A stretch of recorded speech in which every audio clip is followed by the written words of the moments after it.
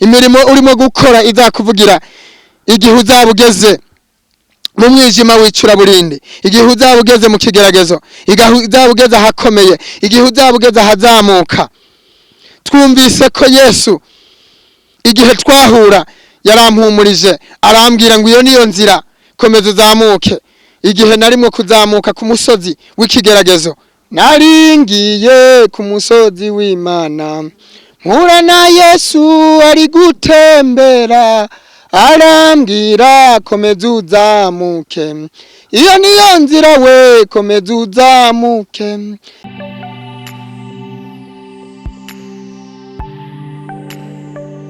Reka twongere tubasuhuze bakunzi b'ibiganiro tubagezaho buri munsi bica kuri channel Buhungu Abel TV. Yesu ashimwe cyane, turabashuhuje, Imana ibaduhera umugisha. Turagarutse nanone kugira ngo twongere tubane muri kino kiganiro, twongere twishimane, twongere tugubwe neza mu mwami wacu Yesu Kristo. Naringiye ku musozi w'Imana, mpura na Yesu ari gutembera, arambwira komeza uzamuke, iyo niyo nzira we, komeza uzamuke. Naringiye ku musozi w'Imana, mpura na Yesu ari gutembera, arambwira komeza uzamuke, iyo niyo nzira we, komeza uzamuke. Amarira azashira bana b'Imana mwe, Yesu dukorera zatunyuza hatambika.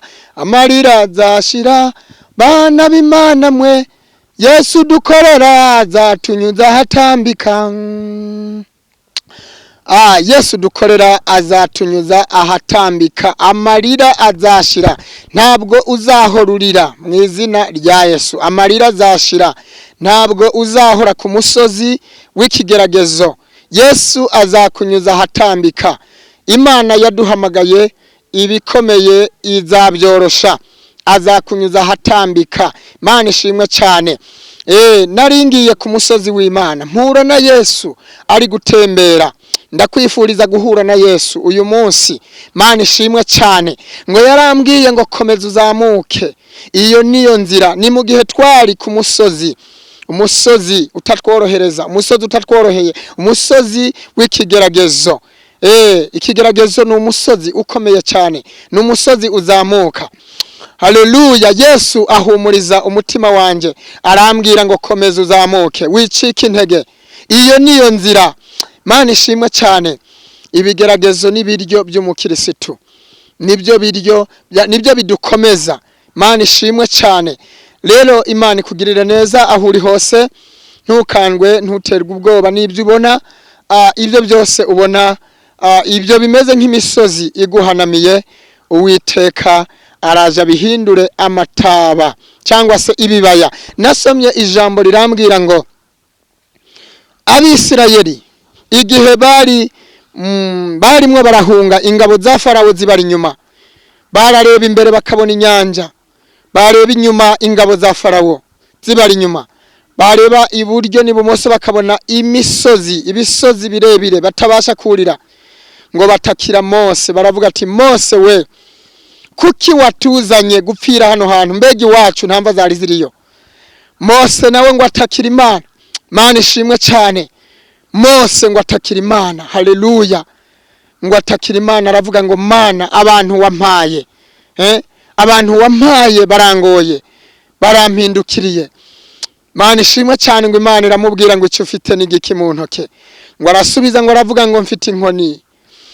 Ngo uramubwira, Imana iramubwira ngo yirambure hejuru y'inyanja. Akiyirambura hejuru y'inyanja, Imana ihaca inzira.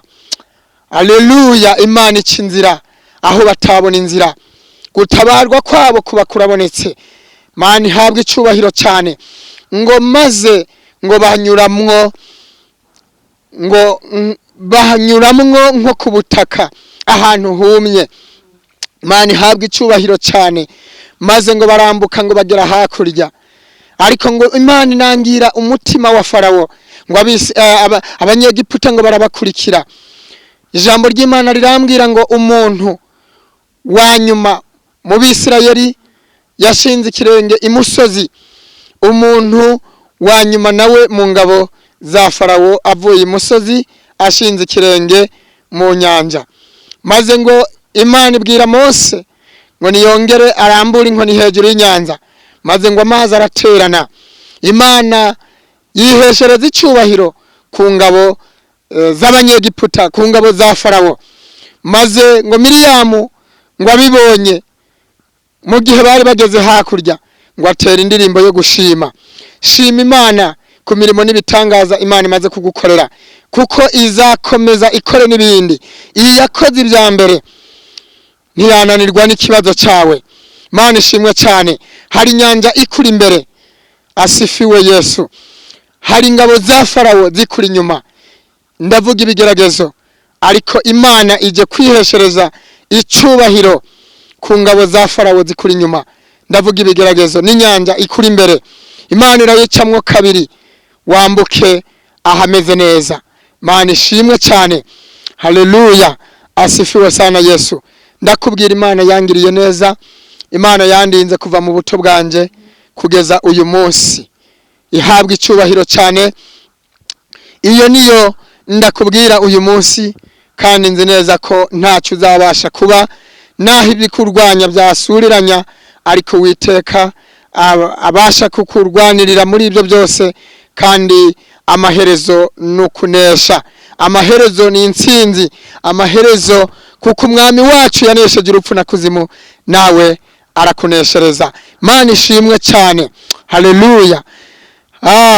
Numva nezerewe Imana kuri ano masaha, ndumva nezerewe cyane kuko Imana yacu ari umugira neza. Imana yacu ni umubyeyi. Imana ishimwe cyane. Kubaha Imana birayinezeza, kubaha Imana birayinezeza. Iyo umuntu yubasha Imana ikora mu bubiko bwayo, igakurayo kadonzi zikayihereza umuntu. Kubaha Imana birayinezeza. Reka twubaha Imana gusa, ibisigaye izatugirira neza. Imana ishimwe cyane. Amena. Imana ihabwa icyubahiro. Kubaha Imana birayinezeza. Iyo umuntu yubasha Imana ntayikorere mu buryarya, agira aravuga ati tse, nayo Imana tikira. Iyo witsamuye gusa kubwo kubaha Imana iravuga ngo kira. Witegure gukira mu izina rya Yesu, haba mu buryo bw'umubiri, haba no mu buryo bw'umwuka. Imana niyitanga ubukire n'icyubahiro ku muntu yayubashe, ku muntu yayikoreye. Niyo mpamvu tutaruhuka kuyikorera amanywa na nijoro. Duhora dukorera Imana yacu. Ki ntabwo ari igihe cyo kuryama. Imana ishimwe cyane. Ntabwo ari igihe cyo kuryama. Umuntu azahemberwa icyo yakoze, kandi iyo mirimo yose Uwiteka azayitwibukiraho. Lay before the lie. Uwiteka azakwibukira ku mirimo yakoze. Mbega urimo gukora gute muri iyi minsi? Ni mirimo ki izakuvuganira imbere y'umwami Imana? Imana ishimwe cyane. Imirimo yabera izibukwa imbere y'Imana, izibukwa. Imirimo yabera izibukwa imbere y'Imana, izibukwa. Imirimo yabera izibukwa. Mbega wewe ufite imirimo isozereye imbere y'Imana yacu? Turabona Tabita yibutswe kubw'imirimo cyangwa se ibikorwa yakoreye Petero.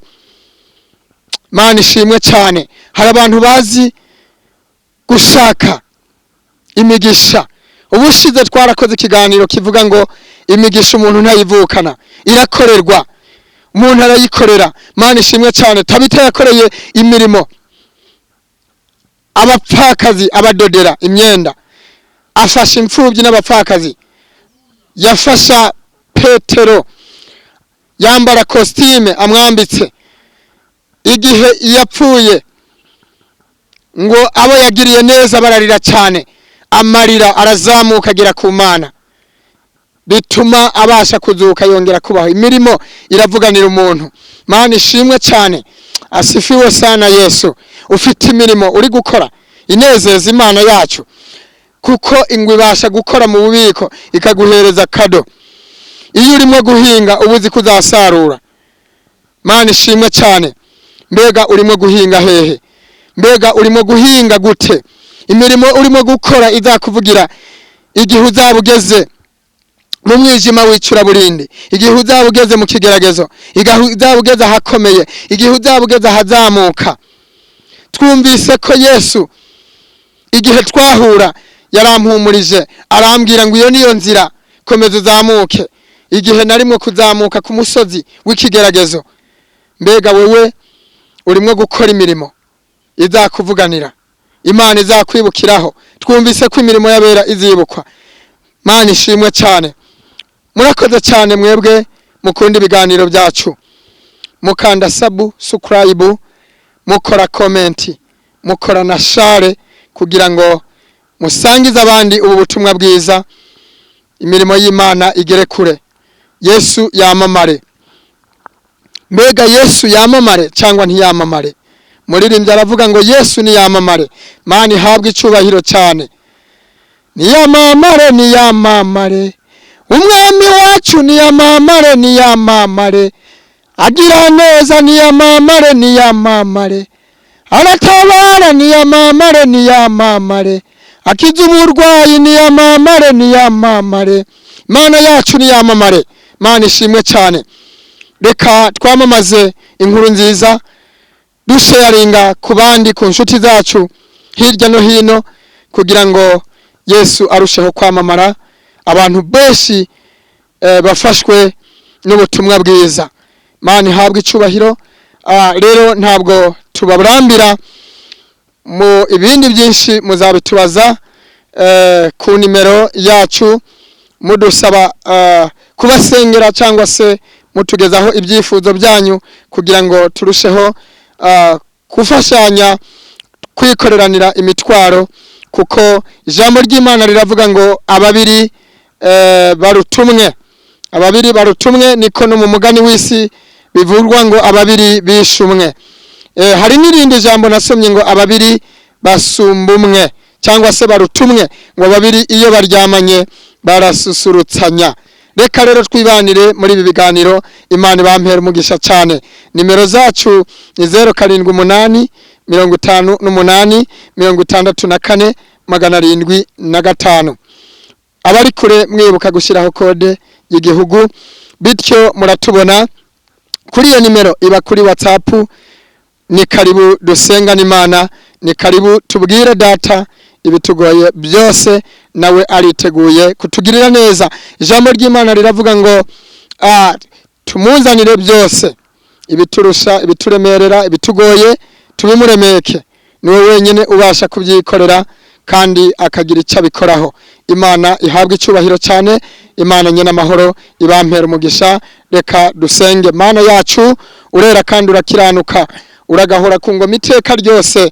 Dusengeye ijambo tuvugiye kuri iyi cano, dusengeye n'abarikurikiye bose, rigiraho ribavana, rigiraho ribageza, ribahindure, ribaremere ubundi buzima mu izina rya Yesu. Bakira ubutabazi buturuka mu gihugu cyo mu ijuru. Tubasabiye gutabarwa n'Imana ishobora byose. Bakire gutabarwa guturuka hera h'urusengero, bahabwa imbaraga zituruka i Siyoni. Babona icyo umutima wabo wifuza mu izina rya Yesu.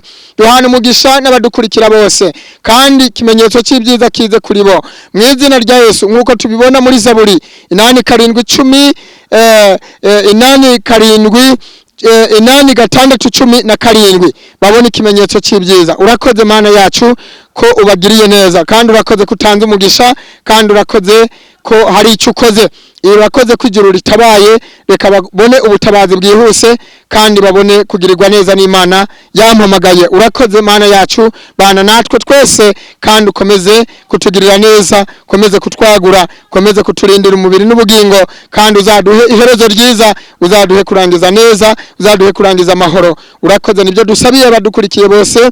Amashimwe n'icubahiro bihabwe wewe mu izina rya Kristo Yesu umwami wacu. Amen. Shalom, shalom.